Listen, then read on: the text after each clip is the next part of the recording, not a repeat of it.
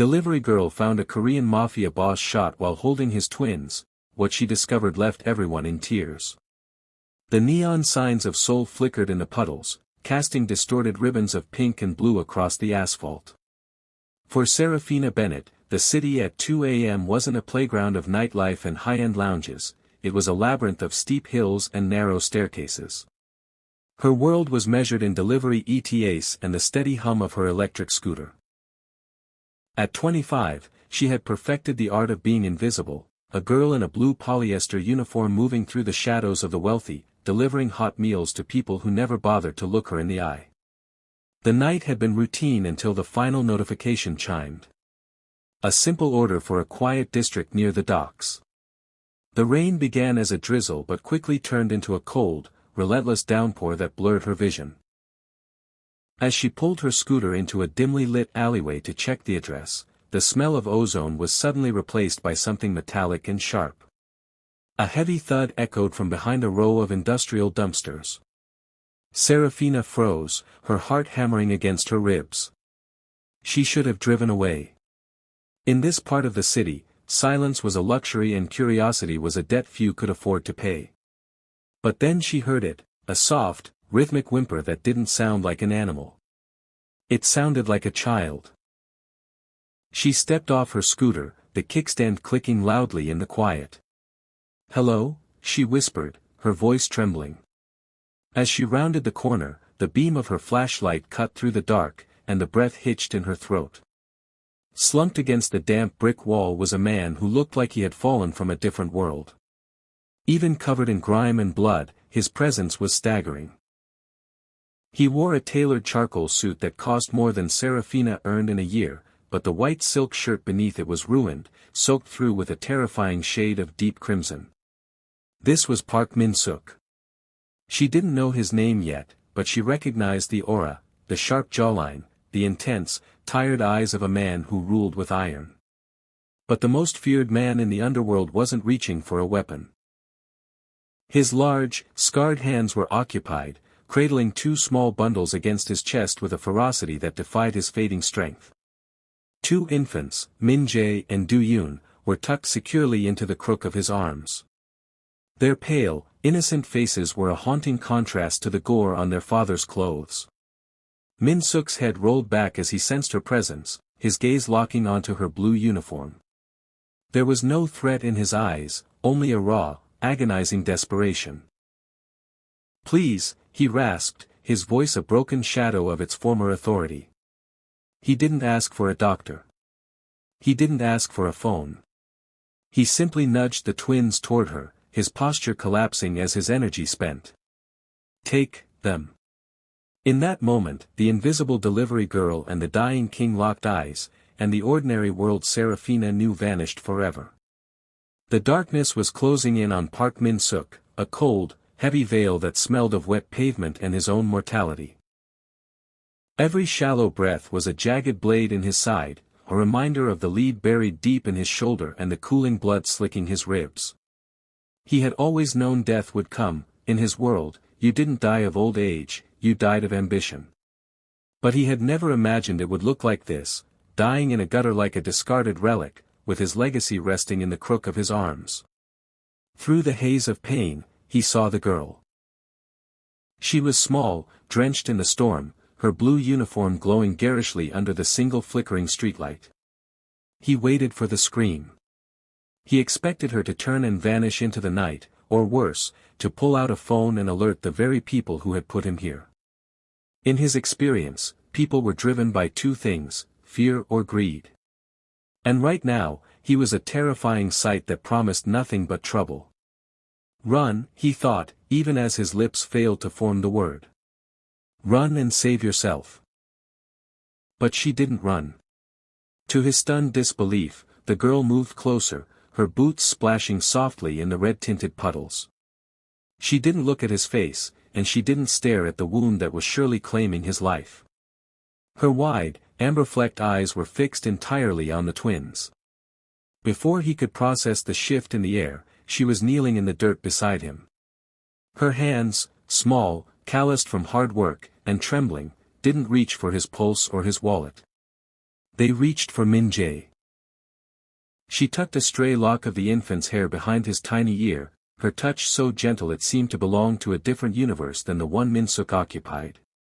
Then, with a practiced grace that suggested she knew the weight of a life, she carefully slid her arms beneath Do-yoon, lifting him toward her warmth.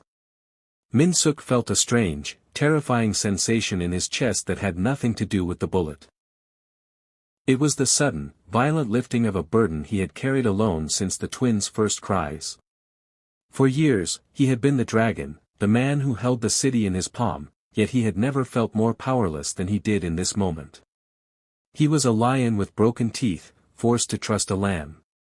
He watched her pull his sons against her chest, shielding them from the rain with her own body. She looked up then, meeting his gaze not with the terror he was used to, but with a fierce, burning empathy that made him feel exposed. In the eyes of this stranger, he wasn't a kingpin or a monster, he was just a father who was failing. The realization hit him harder than the betrayal of his own men, his life, and the future of his bloodline, no longer belonged to the syndicate or the iron laws of the street. It belonged to a girl who delivered noodles for a living. As his vision blurred and his strength finally gave way, a single, devastating thought flickered through his mind. I am at her mercy. And for the first time in 30 years. I am not afraid. The stairs to Serafina's fourth-floor walk-up had never felt so steep. Every creak of the old wood sounded like a gunshot in the silent hallway. She moved like a ghost, balanced by the weight of the twins in a makeshift carrier against her chest and Min-suk's heavy arm draped over her shoulder. He was a mountain of a man, his breath coming in ragged, wet hitches that stained the back of her blue uniform with fresh heat. When the door to apartment 4B finally clicked shut, the silence of the room felt heavier than the storm outside. Her home was a tiny studio, a place built for one person who lived life on the go. Now, it was a fortress under siege. She eased Min-suk down onto her narrow bed, the expensive charcoal wool of his suit looking absurdly out of place against her faded floral sheets. The space felt instantly claustrophobic. The air was thick with the scent of rain, metallic blood, and the soft, milky fragrance of the babies. Min Jae and Do-yoon were the only calm elements in the chaos. Serafina laid them on her small kitchen table, cushioned by every towel she owned. They remained blissfully, heartbreakingly unaware of the price paid for their safety. Do-yoon let out a tiny, soft coo, his small fist curling around the air, while Min Jae slept with a thumb near his mouth. To them, the world was still safe. They didn't know that downstairs, black sedans were likely prowling the blocks, or that their father was a man who moved the tectonic plates of the city's underworld. Serafina's hands shook as she tore open her first aid kit. A meager collection of bandages and antiseptic. She looked from the bleeding giant on her bed to the two tiny lives on her table. The walls of 4B felt paper-thin. Every time a neighbor coughed or a car braked too hard on the street below, she flinched, certain that the dragon's enemies had arrived. Min-suk's eyes fluttered open, his pupils blown wide with shock. He tried to sit up, his hand instinctively searching for the twins, but the pain anchored him down. His gaze drifted to the kitchen table, softening only when he saw the steady rise and fall of his sons' chests. He looked at Serafina, his voice a gravelly whisper. You shouldn't have brought us here. If they find you. They haven't found me yet, Serafina interrupted, her voice surprising her with its steadiness. She dipped a cloth in warm water and began to dabbing at the blood on his forehead. And until they do, you're just a man with two hungry babies. Do you have any milk in those bags? The dragon of soul, a man who had survived assassinations and coups, stared at her in stunned silence. In this cramped, 400-square-foot sanctuary, his power meant nothing. He was just a guest in a world where the most important thing wasn't a territory or a throne, it was the next breath of his children. The flickering light of a single desk lamp cast long, dancing shadows across the cramped studio. Outside, the rain had settled into a dull roar, but inside, the air was heavy with the weight of things left unsaid. Min-suk lay propped against the headboard, his face the color of ash. He watched Serafina move with an efficient, quiet grace as she rocked a fussing Min-jae while heating a bottle for Duyun. They called it a cleansing, Min-suk rasped, his voice cutting through the soft sounds of the apartment.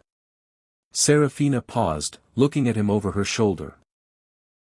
Your own people did this. Min-suk let out a dry, bitter laugh that ended in a wince. The syndicate is a machine, Serafina. It runs on cold logic and the absence of light. For 15 years, I was its heart. I was the dragon, because I had nothing to lose and nowhere to bleed. I was untouchable because I was alone.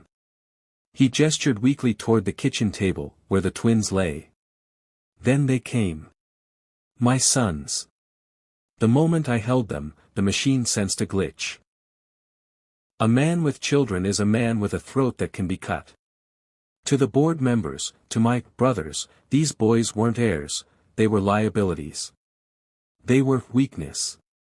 Serafina set the bottle down, her expression hardening. Loving your children isn't a weakness. It's what makes you human. In my world, being human is a death sentence, Min-suk replied, his eyes dark with a haunting grief. The family I built was based on blood spilled, not blood shared.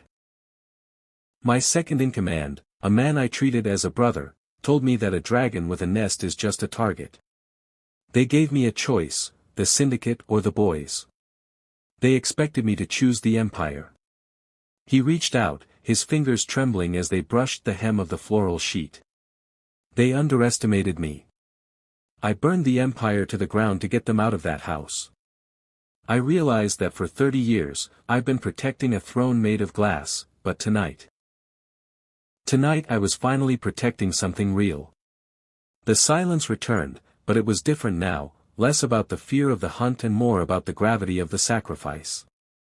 Serafina looked at the man on her bed, seeing past the expensive suit and the violent reputation. She saw a father who had traded a kingdom for 2 tiny heartbeats. The syndicate won't stop, she said quietly, handing the bottle to him so he could feel the warmth of it. No, Min-suk whispered, his gaze sharpening with a flicker of the old fire. But they've forgotten one thing. A dragon is never more dangerous than when he's defending his nest. The morning air was thick with mist and the smell of wet exhaust. Serafina stepped out of the apartment complex, her heart hammering a frantic rhythm against her ribs.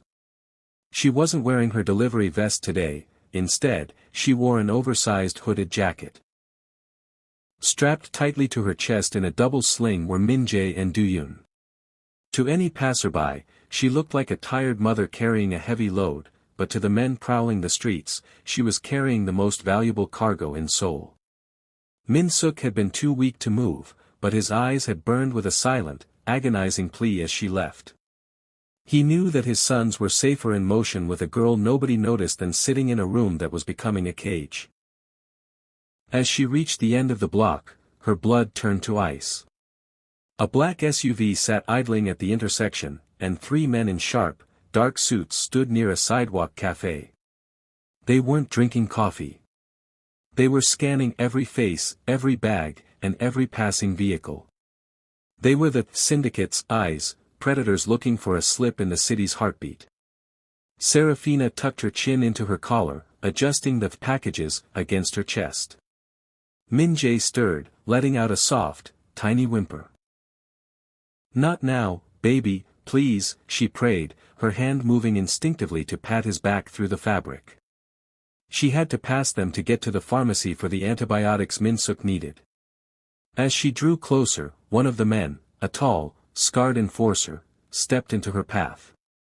His eyes were cold, professional, and devoid of any warmth. Hold on, he said, his voice a low growl.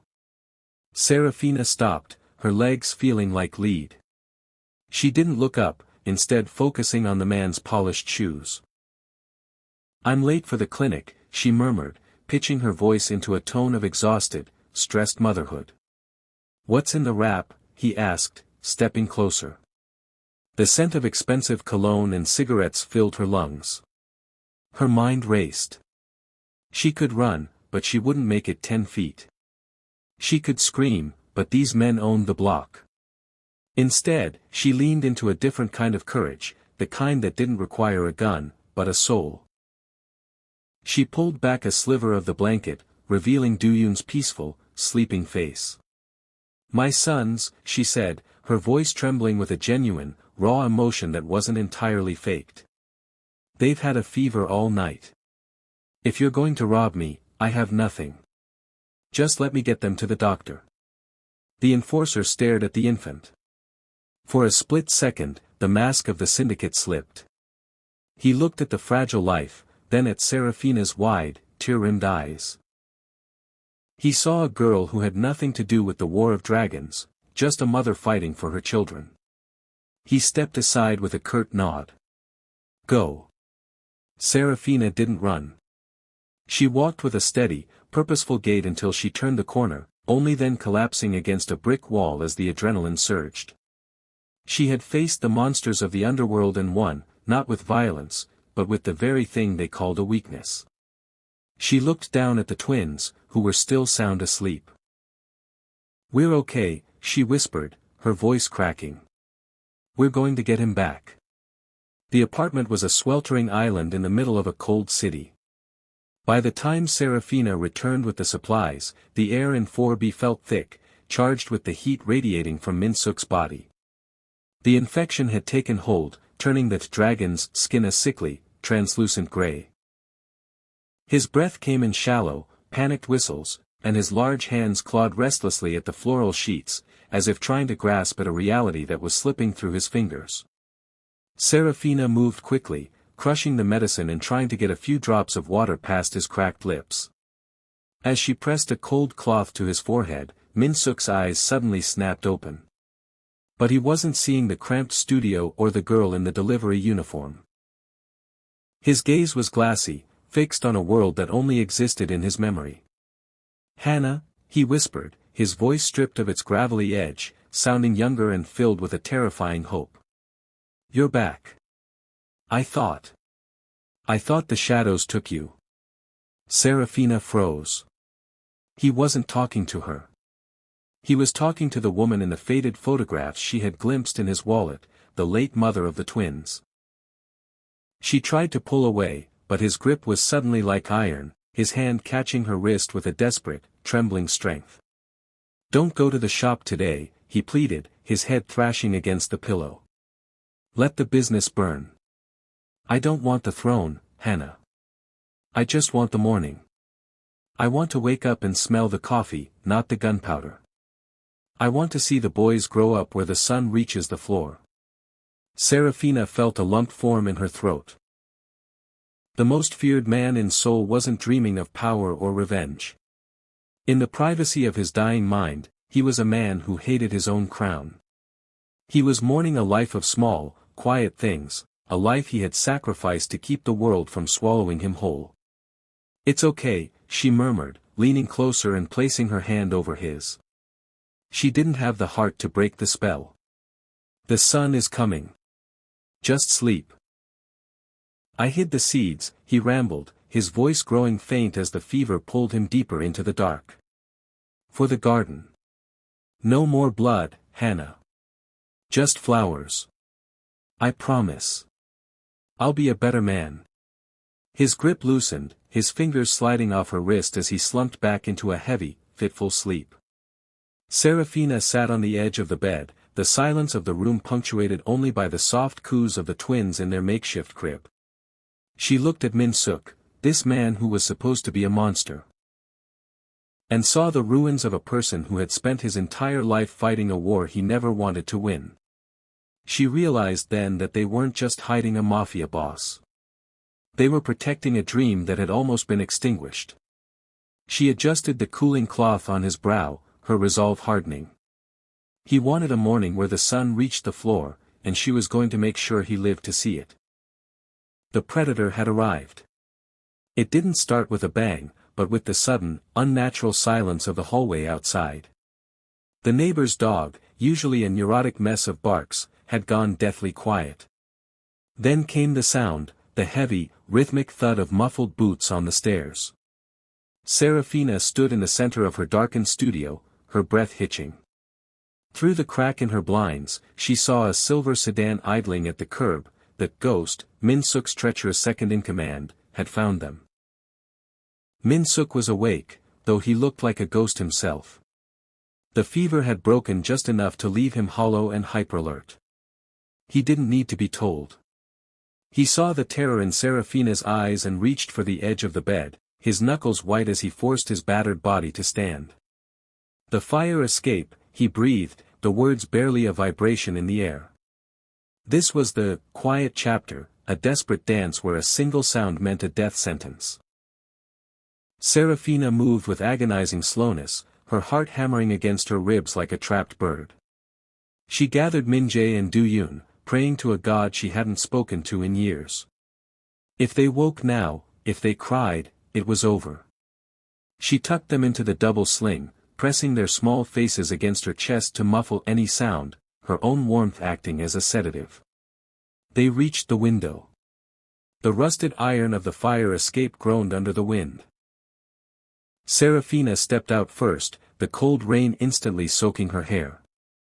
Below them, a man in a dark coat stood by the alley entrance, his back turned.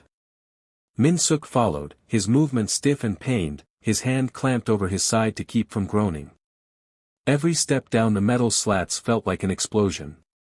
Creak. Pause. Breathe. Above them, they heard the heavy splintering of wood. Her apartment door had been kicked in. The ghost was inside. Serafina looked up, seeing the flash of a silencer-equipped barrel poking out of her own window. "Don't look," Min-suk hissed, his hand steadying her shoulder. "Keep moving." They reached the second-floor landing just as the shadow above moved toward the window. The twins remained miraculously still, cocooned in the fabric of Serafina's jacket, their rhythmic breathing the only thing keeping her sane. They weren't just fleeing a villain, they were fleeing the end of everything. As they dropped the final few feet into the shadows of the alley, a voice drifted down from the window above, cold, precise, and devoid of mercy.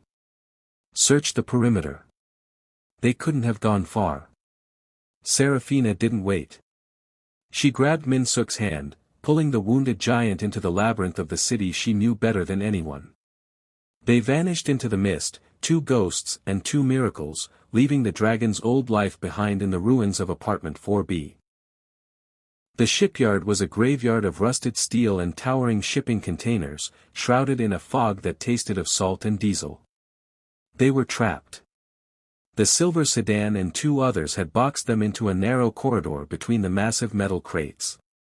The ghost stepped forward, his silhouette sharp against the flickering floodlights, a silencer-equipped pistol leveled with terrifying precision. "You died the moment you held them, Min-suk," the ghost called out, his voice echoing off the iron walls. "A dragon doesn't need a family. He needs a successor. Give me the boys, and I'll make sure your death is quick." Min-suk stood in front of Serafina, his legs shaking but his back straight. He was a man held together by sheer willpower and the heat of a father's rage. He looked back at Serafina, a silent command in his eyes, "Get ready." Serafina's mind raced. She saw the heavy crane hook dangling overhead and the stack of loose timber pallets teetering on a nearby rack. She didn't have a gun, but she knew the physics of the shipyard better than these suits ever would. "Now!" Min-suk roared, lunging forward with a hidden blade. The ghost fired, the bullet grazing Min-suk's thigh, but the distraction was all Serafina needed. She didn't run away. She ran toward the control panel of the old conveyor system she had passed 1,000 times on deliveries. With a desperate yank, she pulled the emergency override lever. A piercing alarm shrieked, and a wall of industrial pallets cascaded down, creating a thunderous barrier between the ghost and his backup. The sudden chaos and the blinding sparks from the short-circuiting wires disoriented the attackers. "Min-suk! The crane!" Serafina screamed. As the ghost scrambled to regain his footing, he found himself standing directly under the heavy swinging hook.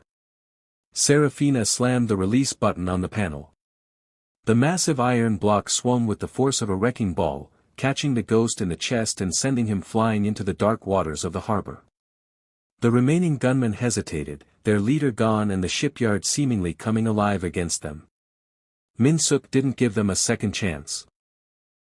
Like a predator reborn, he moved through the smoke, his movements a blur of lethal efficiency. One by one, the shadows fell until only the sound of the lapping waves and the heavy breathing of the survivors remained. Min-suk slumped against a container, his suit soaked in blood and salt, but his eyes were clear. He looked at Serafina, who was still clutching the controls, her knuckles white and her face streaked with grime. Against her chest, the twins finally began to cry. A loud, healthy sound that filled the empty shipyard. You used the conveyor," Min-suk rasped, a ghost of a smile touching his lips. Serafina let out a sob that was half-laugh. "I told you. I'm a delivery girl. I know how to move things." The dragon had awakened, but it was the girl who had provided the fire. The war was over, and for the first time in 30 years, the silence that followed wasn't the silence of the grave, it was the silence of a new beginning. 6 months later, the rain in Seoul felt different, no longer a cold, suffocating shroud, but a gentle mist that washed the city clean. Serafina stood outside a small, independent flower shop on a quiet corner far from the industrial docks. She wasn't wearing a blue polyester uniform anymore. Instead, she wore a simple apron, her hands smelling of soil and jasmine rather than diesel and exhaust. She hadn't seen Park Min-suk since the night at the shipyard, but his presence was woven into the very fabric of her new life. The dragon had reclaimed his throne, but the whispers on the street had changed. The syndicate was no longer a cold machine, it had become a shield. Min-suk had purged the traitors, but he hadn't replaced them with more monsters. He had replaced them with a code, protection for those who could not protect themselves. A sleek black sedan pulled up to the curb. It wasn't the menacing arrival of a hit squad, but a quiet, respectful pause. The back door opened, and Min-suk stepped out. He looked different, the tired, intense eyes were still there, but the quiet pain had been replaced by a grounded, fierce peace. In his arms, he didn't carry weapons or ledgers. He carried 2 toddlers who were beginning to find their feet. Min-jae and Duyun let out delighted squeals the moment they saw Serafina. She knelt on the sidewalk, laughing as the boys stumbled toward her, their small hands clutching at her apron. "They haven't stopped asking for the delivery angel," Min-suk said, his voice warm and steady. He stood before her, no longer a wounded king begging for mercy, but a man acknowledging a debt that could never truly be repaid. He reached into his tailored suit and pulled out a small, heavy envelope, a final, special delivery. Inside wasn't just money. It was the deed to the entire block and a passport with a new name for the twins, ensuring they would grow up in the sun, just as he had dreamed in his fever. "You gave me back my life, Serafina," he whispered, looking at the flower shop she now owned. "And you gave them a future. The dragon doesn't forget his nest." As the sun reached the floor of the shop, casting long, golden rectangles across the petals, Serafina realized that the ordinary girl and the extraordinary man had both been transformed. She had taught him that vulnerability was strength, and he had taught her that courage was the ultimate delivery. As the sedan pulled away, the twins waving through the back window, Serafina looked down at the flowers in her hands. The war was over. The morning had finally arrived.